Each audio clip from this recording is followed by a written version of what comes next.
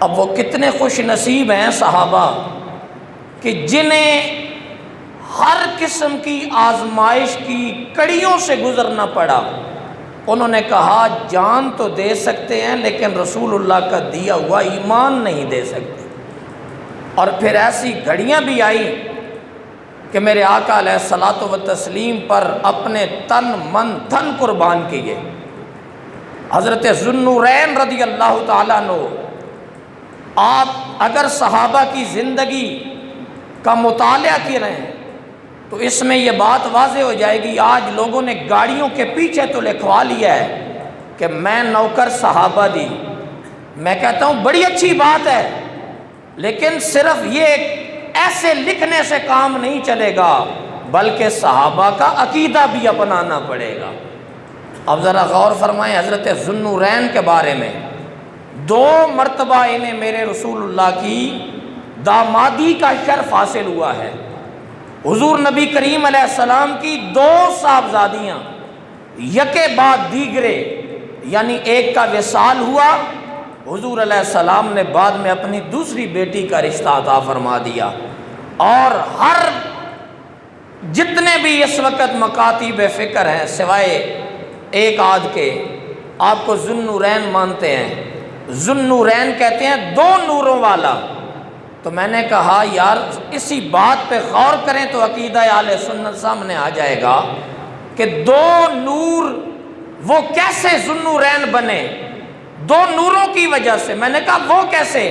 حضور علیہ السلام نے اپنی ایک بیٹی کا نکاح ان کے ساتھ کیا، وہ وصال فرما گئی، پھر دوسری کا، تو وہ ذو النورین بن گئے۔ میں نے کہا جب بیٹیوں کی وجہ سے بنے تو بیٹی نور ہے تو وہ ذو النورین بنے، تو جن کی بیٹیاں نور ہیں وہ مصطفیٰ کریم کی ذات سراپا نور ہے۔ اسی لیے اعلیٰ حضرت فاضل بریلی رحمۃ اللہ علیہ نے فرمایا تیری نسل پاک میں ہے بچہ بچہ نور کا، تو ہے عین نور تیرا سب گھرانہ نور کا۔ اور سیدنا صدیق اکبر رضی اللہ تعالی عنہ کے آپ کی تربیت اور آپ کے آمادہ کرنے کی وجہ سے حضرت عثمان ذو النورین رضی اللہ عنہ کو ایمان نصیب ہوا۔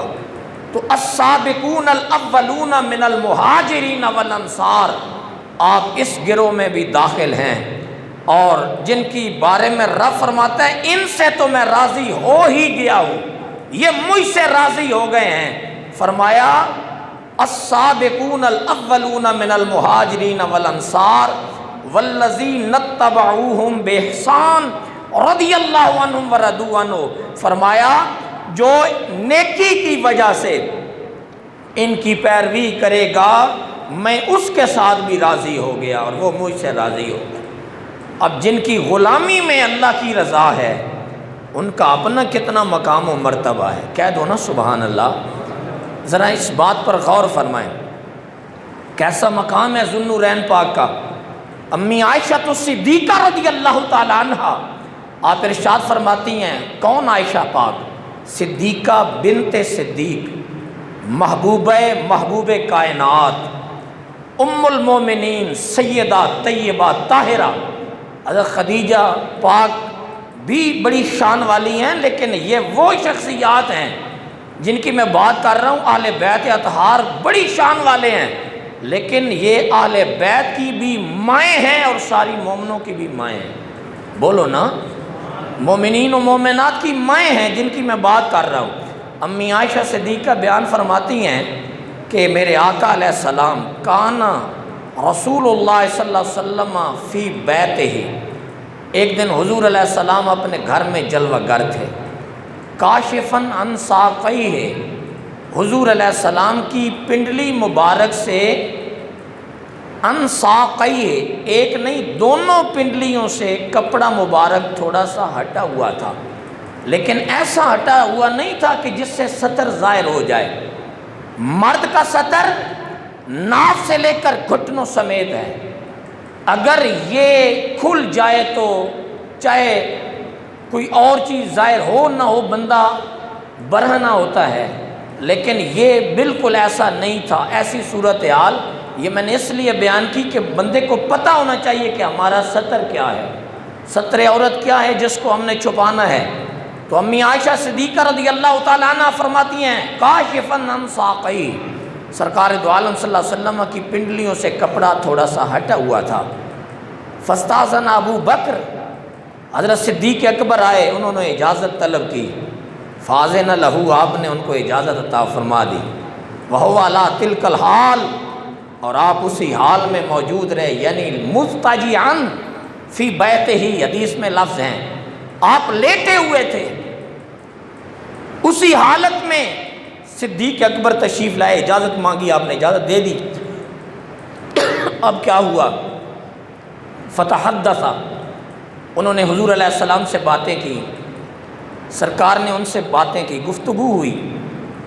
حدث یحدث کا معنی ہوتا ہے گفتگو کرنا، دونوں طرف سے ہوتا ہے۔ وہ حضور سے گفتگو کرتے رہے، سرکار ان سے باتیں کرتے رہے۔ اب جب باتیں مکمل ہوئیں، پھر تھوڑی دیر کے بعد فاستاذن عمر، سیدنا فاروق اعظم نے اجازت طلب کی، فاذن لہ وہو علی تلک الحال وہو کذالک، حدیث میں موجود ہے، آپ نے ان کو بھی اجازت عطا فرمائی، اسی حال میں حضور تشریف فرما رہے، اور پھر آپ نے بھی ان سے باتیں کی۔ جب باتیں ہو گئیں تھوڑی دیر کے بعد حضرت عثمان ذو النورین آ گئے۔ عثمان ذو النورین جب آئے تو نبی کریم علیہ السلام سے اجازت طلب کی، سرکار نے اجازت عطا فرما دی۔ جلس رسول اللہ صلی اللہ علیہ وسلم، حضور اٹھ کے بیٹھ گئے، کہہ دو سبحان اللہ۔ جب اٹھ کے بیٹھ گئے، میرے آقا علیہ السلام کے ساتھ گفتگو ہوئی، جب چلے گئے خرج، سب چلے گئے، حضور نبی کریم علیہ السلام سے امی عائشہ صدیقہ نے پوچھا یا رسول اللہ صلی اللہ علیہ وسلم، ابو بکر آئے، عمر آئے، آپ نے کوئی پرواہ نہیں کی، اسی حال میں تشریف فرما ہوئے، لیکن جب حضرت عثمان آئے سوا ثیابا، آپ اٹھ بھی بیٹھے، آپ نے اپنے کپڑے بھی سنوارے، اس کی وجہ کیا ہے؟ میرے آقا علیہ السلام نے فرمایا الا استحیی من رجل تستحیی منہ الملائکہ، میں اس بندے سے کیوں نہ حیا کروں جس سے فرشتے بھی حیا کرتے ہیں۔ اب ذرا غور فرمائیں، فرشتے عموماً آسمان پہ ہوتے ہیں، کچھ فرشتے زمین پہ بھی چلتے پھرتے ہیں، لوگوں کے احوال دیکھتے ہیں۔ اب محبوب تو زمین پہ تشریف فرما ہیں، فرشتے آسمانوں میں بھی رہتے ہیں، اور الملائکہ کا جملہ حضور نے ارشاد فرمایا ہے۔ اس سے ثابت کیا ہوتا ہے؟ آقا ہوتے زمین پہ ہیں، خبریں آسمان والوں کی دیتے ہیں۔ جب زمین کے اوپر ہوں تو خبروں کا یہ عالم ہے، جب نیچے چلے جائیں تو پھر بھی حضور سے کوئی شے چھپتی، بولو نا، کوئی شے چھپتی؟ فرمایا الا استحیی، میں کیوں نہ اس سے حیا کروں، تستحیی منہ الملائکہ، جس سے فرشتے بھی حیا کرتے ہیں۔ حضور نبی کریم علیہ السلام کے غلاموں، ایک مرتبہ یوں ہوا کہ جیش الاسرہ کا موقع آیا، یہ بڑا تنگی کا موقع تھا، جیش کہتے ہیں لشکر، اسرہ کا معنی تنگی، اس وقت حالات بڑے سخت تھے۔ میرے آقا علیہ السلام نے فرمایا ہے کوئی اللہ کے راستے میں دینے والا؟ عثمان ذو النورین کھڑے ہو گئے، یا رسول اللہ 100 اونٹ ساز و سامان سمیت میں اللہ کی بارگاہ میں پیش کرتا۔ پھر سرکار دو عالم صلی اللہ علیہ وسلم نے ترغیب دی، پھر انہوں نے کھڑے ہو کے اعلان کیا، پھر میرے آقا علیہ السلام نے ترغیب عطا فرمائی، پھر انہوں نے کھڑے ہو کے اعلان کیا، حتیٰ کہ کیا ہوا؟ میرے آقا علیہ السلام کی بارگاہ میں 1000 درہم میرے آقا کی جھولی میں پلٹ دیا، اور حضور علیہ السلام یقلب فی جورہا حجرہا، میرے آقا علیہ السلام کی جھولی مبارک میں جب انہوں نے پلٹے، حضور کبھی اس ہاتھ میں لیتے ہیں کبھی اس ہاتھ میں لیتے ہیں، قلب یقلب، تقلیب کا مطلب ہوتا ہے الٹ پلٹ کرنا، سرکار اپنے ہاتھوں سے ان کو الٹ پلٹ کر رہے ہیں، اور فرمایا ما در عثمان ما عمل بعد ھذا اليوم، آج کے بعد عثمان میں اتنا راضی ہو گیا ہوں تجھ پر، میرا رب اتنا راضی ہو گیا ہے، آج کے بعد تو جو بھی کرے گا میرا رب تجھے نہیں پوچھے گا۔ بولو یار سبحان اللہ، سبحان اللہ پہ تو کوئی پابندی نہیں ہے نا، اور اس سے آپ کی طبیعت کا بھی پتہ چلتا ہے کہ آپ کیسے بیٹھے ہیں، اٹینٹیو ہیں یا ویسے ہی تشریف فرمائیں، بیٹھے یہاں ہیں، توجہ کہیں اور چلی گئی ہے۔ تو اس سے ذرا غور فرمائیں۔ آج دنیا میں لوگ کلمہ بھی پڑھ رہے ہیں اور پھر نبی کے اختیار پہ بھی باتیں کر رہے ہیں۔ میں یہ کہتا ہوں کہ یہ حدیث تو بیان کرتے ہو، ذرا تھوڑا سا آگے بھی بیان کرو نا، کہ میرے آقا علیہ السلام نے کتنی گارنٹی عطا فرما دی، ما در عثمان، عثمان کو کوئی شے ضرر نہیں پہنچا سکتی، نقصان نہیں پہنچا سکتی، ما عمل بعد ھذا الیوم، آج کے بعد جو یہ مرضی کریں۔ میرے آقا کو پتہ تھا عثمان میری مرضی کے خلاف کچھ بھی نہیں کرے گا، بولیے نا۔ اور اس سے یہ بھی ثابت ہوا کہ یار جس کو اللہ نہ پوچھے، تو کہاں کا چیکر بنا ہوا ہے ان پر پوچھنے والا، تجھے کیا حق حاصل ہے؟ اس لیے میرے آقا علیہ السلام کے صحابہ یہ وہ ہستیاں ہیں جن کو اللہ نے اپنی حفاظت میں لیا ہوا ہے۔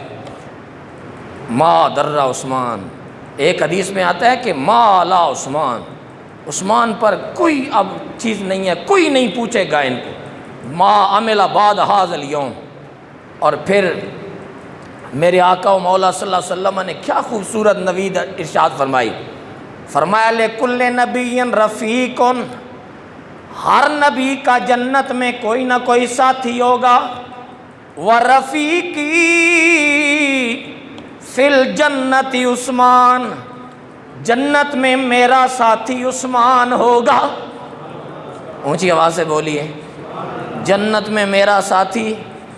خدا کی قسم میں حیران ہوں لوگوں پہ جو کلمہ پڑھ کے کہتے ہیں نبی کو کل کا پتہ نہیں ہے۔ حضور تو یہ بھی بتا رہے ہیں، ارے تم کل کی بات کرتے ہو، میں تو قیامت کے بعد کی باتیں بھی جانتا ہوں۔ اور جنت میں میرا رفیق کون ہوگا؟ وَرَفِيقِي فِي الْجَنَّةِ عثمان۔ میرے آقا علیہ السلام ایک مرتبہ اپنے کاشانہ نبوت سے باہر تشریف لائے، اپنے در دولت سے باہر تشریف لائے، حضرت سیدنا صدیق اکبر بھی آپ کے ساتھ تھے، حضرت سیدنا فاروق اعظم بھی آپ کے ساتھ تھے، اور میرے آقا علیہ السلام نے کیا خوبصورت ارشاد فرمایا، ہاکذا نبعث یوم القیامہ، ایک انگلی صدیق اکبر نے پکڑی ہوئی تھی اور ایک انگلی فاروق اعظم نے، فرمایا جیسے آج ہم اکٹھے ہیں ایسے قبروں سے بھی قیامت کے دن اکٹھے اٹھے گے۔ نبی پاک بتا رہے ہیں جیسے آج دنیا میں تم میرے ساتھ ہو، تمہارے مزار بھی میرے ساتھ ہو، اور تمہارا قبر میں سے اٹھنا بھی میرے ساتھ ہوگا، اور حشر میں بھی آپ میرے ساتھ ہی ہوں گے۔ کہہ دیجئے نا سبحان اللہ، ہم تو اس محبوب کے غلام ہیں۔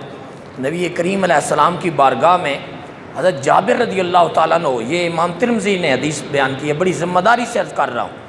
اور امام ترمذی کون ہیں؟ جن کے بارے میں آپ خود فرماتے ہیں کہ جس گھر میں ترمذی شریف موجود ہے وہ یوں سمجھے کہ اللہ کا رسول اس گھر میں کلام فرما رہا ہے، گفتگو فرما رہا ہے۔ اتنی بڑی ہستیاں ہیں امام ترمذی، اور بڑے نقاد قسم کے آپ محدث بھی ہیں، بڑے سخت قسم کی جرح فرماتے ہیں۔ آپ نے حدیث نقل کی حضرت جابر رضی اللہ تعالیٰ عنہ کے حوالے سے۔